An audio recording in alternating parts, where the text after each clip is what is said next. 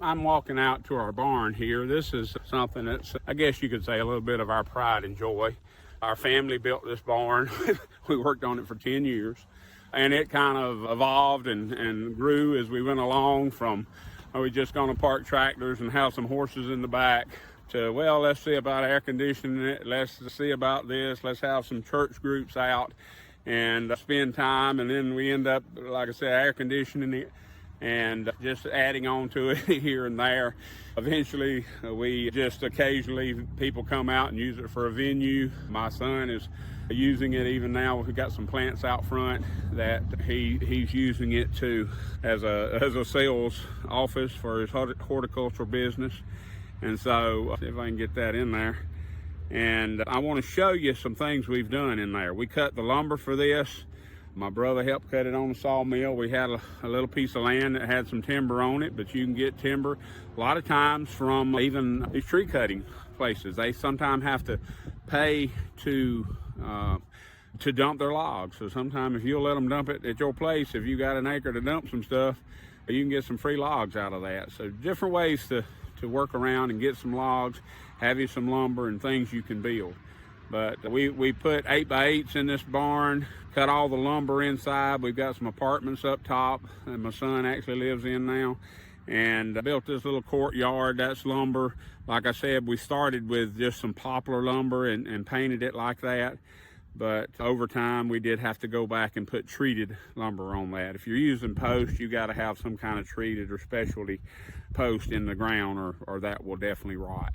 So I'll take some pictures here and then walk inside and show you what we've done in there. I'll walk you into the barn here, and actually, a pretty amazing thing in our lives. My daughter got married here almost a year ago, my oldest daughter, and first child to get married, and the chandeliers was an addition that we did in that case. We brought in different things and did different things, and so we put up a chandelier, and these are tables that we built. I'll turn the lights on, get a better look. Tables that we built in the beginning, 10 years ago. And we've had a lot of blessings. People that have come out here from weddings to family reunions to church services to singings, just good wholesome family, good time. And so this is a decent sized barn, not a huge barn. I think about 5,000 square feet, top and bottom. But a smaller barn where you can have people out and do things with them if that's what you enjoy doing. Just a wonderful time. So anyway, I want to share some stuff that we've done with this. Got all our lights on. I'll back up there at the chandelier again coming in.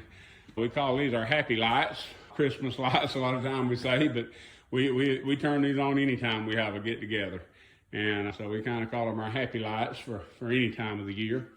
And another addition that we had over here was this hanging ladder. People in decoration know more about that. My wife does. Got lights in it. We can light that up. We can put tables under here. Just all kind of stuff. The wood on the walls, if you'll notice, all this is cut wood. Some of it cut on our sawmills that we've built. We've done some lap siding up top. We've done some vertical side by side here. Just put it side by side. Behind that, we've got just tar paper. So you got a little gap right there. We're happy with that. We didn't even do the board and batten.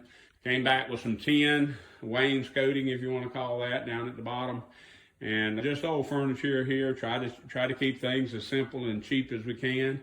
There's an old disc blade that my mother-in-law kind of put together, and we welded some old springs on off of some kind of, I think some disc or something, some kind of fingers, might have been off of an old cotton picker.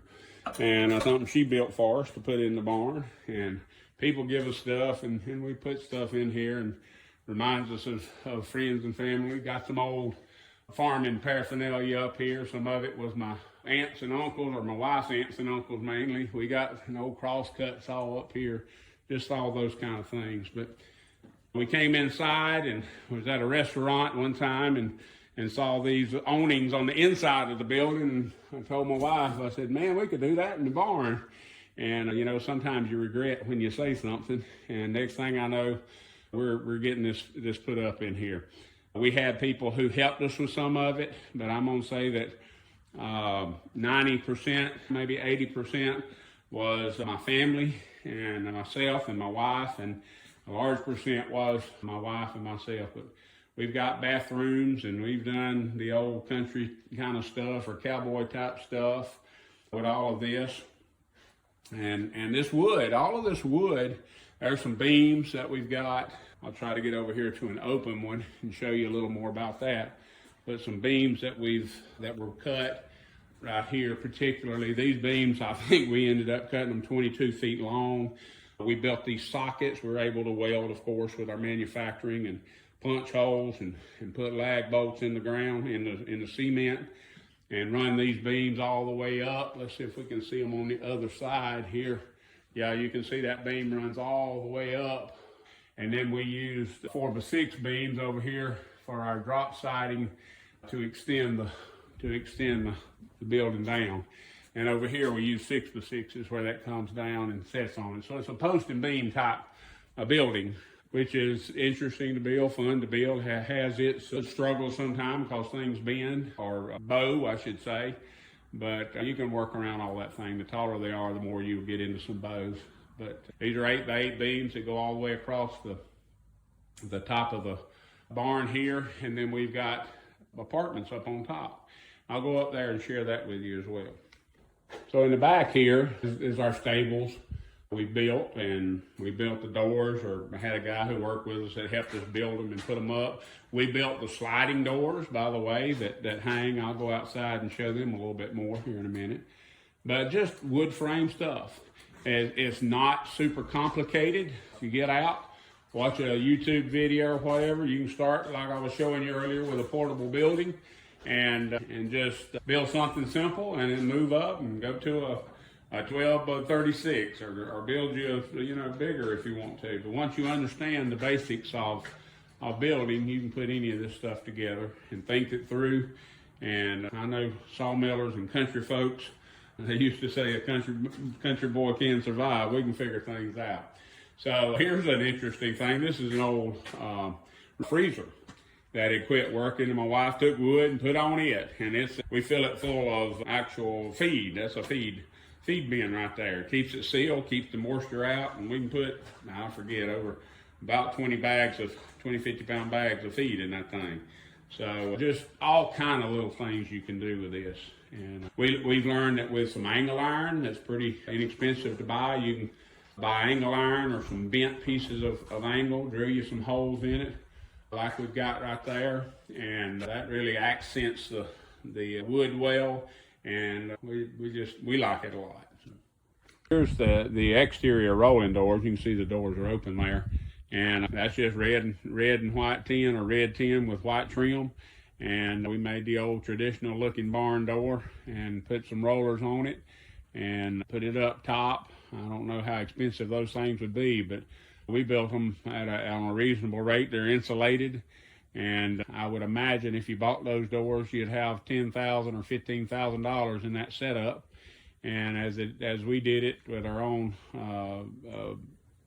time and money and whatever, we put it together for, I'm sure, a couple thousand. So a lot of money savings, and that's what we were raised doing, trying to save money and build things that we can build on our own. With a welder, that helps, but with a sawmill, you can just do all kind of good stuff. So amazing stuff, and you can provide a lot of enjoyment for a lot of people in this life. This is a video from the deck off the top of the barn that we always like to come up here and nice cool evenings or early mornings and just see a lot of stuff. There's a couple of horses you may can see out there, many horses, and about 10 acres here that we're able to use, and just something that's really nice. Here we are in the upstairs apartment, we call it, and on the top of the barn, lots of wood. I wanted to share with you all this stuff. Again, beams. I'm going to turn the picture around here, if I can see how to do that, and show you something that I like to look at. I'll turn it around. I may have to stop it for a minute. Okay, yeah, this is the beams that are up top. This would be our trusses, really, for this upstairs. They're 4x6 beams, and we made big post and beam trusses up here. Use the flat metal with silver lag bolts in there and put it up there, and just, wow, it just looks massive and strong. This floor right here is just pine flooring. We edged it on our edger, and then we came in and sanded it with a floor sander and face nailed it. We didn't, this is not tongue and groove or anything. We nailed it down. You hear a little creaking when you walk on it, but just, to me, absolutely beautiful. My wife got into doing what's called, if I say this correctly, shoshugibon, where you take the lumber and you burn it, surface burn it with a torch. And you can find that on YouTube as well. Gives it a nice dark color up top and the ceiling here. That's got that. And then she would stain it as well to get the exact look. Here's a door that she built and did that with. And you can see the darkness and how it brings out the grains and the color. There's a beam that comes all the way from the ground up. It was 22, 23 feet tall. We had to buy, we had to find some extra long logs to make, I think there was 20 something 8x8 beams to go that high. And so that's what we've done. Now on the walls, again, just painted lumber. It's a look that goes with the barns, I think. Again, I'm not a decorator type person, but we just we edged these boards, put them together, and nailed them up a little bit. They're insulated. We got like 6 inches of insulation in these walls. And we put tar paper behind it, put the insulation in there, blow-in insulation. I like that a lot with the borax in it to keep it fire retardant and bug proof. And so just thing after thing. These shelves we got right there, that's shelves we did. We bought the little brackets. That's a big old 2 by whatever, 12, 14 inches right there. 2 of those. If you have wide boards, you can save them back. Plane them off, put them up rough, edge of boards, whatever you need. We've got the edgers, the sawmills, any kind of stuff that you need for cutting that kind of stuff. So we just came in and left the beams exposed, painted the walls white. This lumber, again, I want to reiterate, we stacked this lumber. This was lumber that had been laying around in stacks around our place that had been there at least 3 years. And it wouldn't surprise me if some of it's not as much as 5 years old. And so just things that we've done. We've got, I'll turn this around now.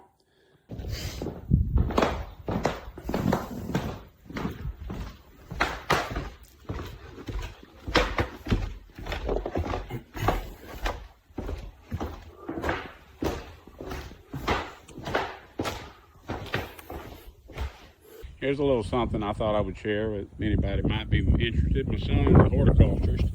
He graduated from Auburn University, and he uses the front of the barn here and kind of as a office and a little retail sales outfit. But he's been growing native plants. He loves native plants, and he built these little tables. Got his plants displayed out here in front of the barn so people can come out during times when he opens up, and works out real well. Something else we use the barn for, or he does. And so something else that just you can make a little money, a little side hustle or whatever, and something you enjoy in life. And that is a big part of what we're doing in this life. Sawmills, digging dirt, growing plants. Those are some things that I really enjoy in life, and I think are near and dear to us people out in the country, and really to everybody. So just thought I'd share that with you, and for him as well. Just want to thank you that you've watched our videos and have interest in our equipment and machinery, things that we do. We're just trying to share with people, anybody who might have an interest in sawmills or just woodworking. We do a little bit of all of that. Our main business is selling band sawmills and band sawmill equipment, band sawmill blades. We've been in this industry since we were children. I've written articles about that. My dad started when I was 8 to 10 years old doing saw repair for cabinet shops.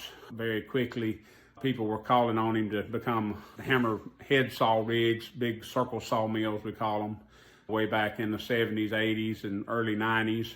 And then the band saws began to grow in the sawmilling market. The smaller man can do that. And that's really what we're about at Cook Saw, is we want to take things that sometimes take multi-million dollar businesses to have, like these huge sawmills, and put it in the hands of the smaller guy. And put it in the hands of the hobbyist, the guy that's at his home working, who wants to do some of these things but can't afford to do it in major ways. And so the MP32 will let you do that. Saw blades to run them are not that much, and you can make some high quality lumber, whether it's hardwood, beautiful oak. If you're further up north, the walnut, the maples, just beautiful stuff. We build super wide mills that you can take the crotch of a tree, pecan trees down here in the south. You know, we have very few trees over even 30 inches down here. Most of our trees are under 20 inches in these southern yellow pine forests. But you can get old pecan trees, sometimes some big trees are around that storm killed or whatever, and or the utility companies are removing. And you can take those and cut big slabs. We have a slab flattener now that we build and sell, bring in some of them as well, but that you can take a 42-inch wide plank, smooth that thing out, and make you a table. Some of those things are worth $10,000, $15,000. So again, a way you can take something that may be $100 or $200, put you 20 or 30 hours in it, make a beautiful tabletop, get you some legs fabricated, have less than $1,000 in it, and it's worth $4 or $5. And again, if it's specialty wood, 10. I've even seen them for $15,000 and $20,000. So if you have a mindset to do that kind of thing, you sell 3 or 4 of them a year. That's either a huge extra income, or with a little bit of advertising and practice, you can make it into a full-fledged business. And so any way we can help you, we encourage you or invite you to call us here at Cook Saw Manufacturing. We're easy people to get along with and talk with, and we like to help you make more money. We enjoy the wood business, making sawdust. That's what we like to do. So give us a call. Robert's available within the day, usually, or the next morning. He'll call you back. We have Shannon down in our manufacturing department who's very knowledgeable. They come to us with questions, and Tim and I are still in the business full time, and we answer questions. We can't answer every call at all, but we answer questions and relay it to them and try to write these articles and do these videos. So I hope this is helpful. Hope you enjoy this, and just get out there and make some sawdust and enjoy life.